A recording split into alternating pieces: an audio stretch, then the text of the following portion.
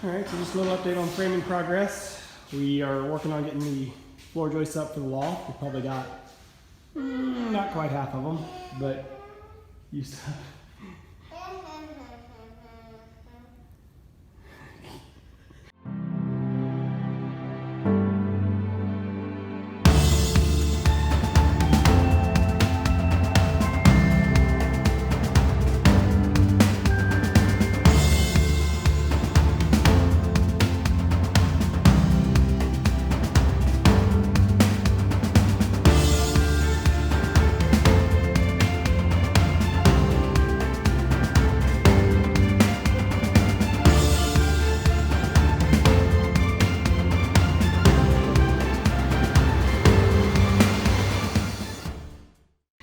Used up everything that I had cut so far. I've got one more board here, 2x6. It's not long enough to be a joist.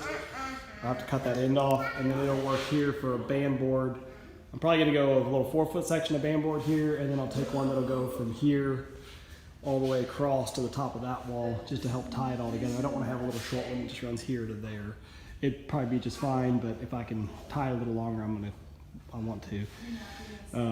I don't think I have any. Well, I'm not going to saw a whole 12-foot log just to get a 12-foot 2x6. But you can see how we did the band board here. I put the band boards up first, and then just toenailed them, made sure if there's a joint that it's on top of post. But toenailed the band boards in, and then set all the rafters, all the joists up behind them. Just set them up there, got them all 16 on center, nailed all this end of the rafters, nailed it together, and then toenailed the other end into the top sill plate. And that gave us the option to be able to, push this wall in or out a little bit to help plumb it up, which is pretty well spot on already. Had to make one little minor adjustment, but anyway, so they're all just toenailed in on this other end. I can come back through and tighten them up a little bit more, maybe put some blocking in just to help have more nail points, but there really won't be any lateral load on this wall. I mean, it's all gonna be vertical load. So toenails really is probably sufficient. These are all interior walls. They're not the structural walls, so I don't really need hurricane strapping or anything, I don't think.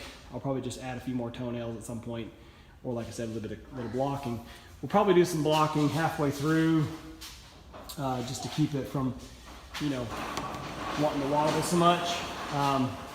So we'll probably see about putting the blocking in after we get some lights. And we really just wanted to get this first part of the joist put up. So now my wife can hang some lights in here, and we can go ahead and put some decking up on the top if we want to, but we can at least get some lights hung in here, and gives her something to do while I'm working on the sawmill. So anyway, more to come as we finish out the other side. She's been working on the bathroom, actually. She got all the sill plates down for the bathroom wall. She got her pocket door set up and just kind of dry fit. And we just framed up this little short portion of this interior wall, which obviously is not done yet, but she just prefabbed kind of the box of it and stood it up so we can start to get the shape together. So need to get a few more 2x4s. Looks like she's out of studs too. So I need to get a few more 2x4s cut so she can finish out this wall and finish getting the door up, or the door frame, the pocket door. So we're doing this pocket door will sit right here behind the main door. So it's kind of a dead area anyway, which right now the main door swings out.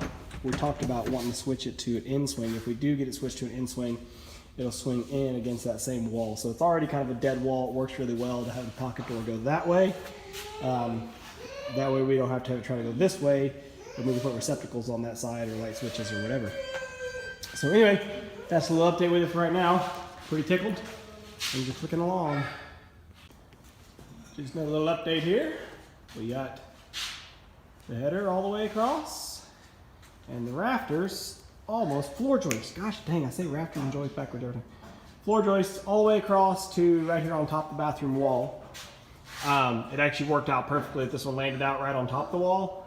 It didn't have to, because it's not technically a load-bearing wall, but it's good because for this sliding door kit that we're putting in, we've got to be able to do some shims in here. My wife was trying to shim between right there, and it was wanting to push that top sill up. So now with the joist sitting right on top of it, it'll give it a little more support. So that's super good. But I ran out. I've got to get 3 more 2x6s, and that'll get that part of the loft, get the rest of the floor joist done for the loft. So the right here, the joists will actually cantilever a little bit. They'll stick out over that top of that wall, which they'll be secured to the header as well. So it's not really like a true cantilever, but they will be resting on that plate and then sticking out, whereas the rest of them will rest right along the top of this interior wall. So anyway, the framing's clicking right along. My wife's just about got all of the bathroom done, but I suppose I can start working on this interior wall. And we got our half wall built up. So maybe now it makes a little more sense to you guys, the layout of the place, since we can't walk through the wall anymore. Which the saw's in the way, but you get the point. So we're framing it up, we're closing that bottom half in. That gives us a place to run our electrical and keep everything concealed. And it gives us the option ultimately to put a potential pass-through countertop on it if we want to. So we use the laser level to make sure that it was level all the way across the top, because the floor is not, so we can't reference up off the floor. But yeah, so that's framed up. I'm gonna go to the sawmill, I think, and cut out a few more 2x6s and maybe 2x4s. And then we'll see about maybe tonight drilling and running some electrical in that wall.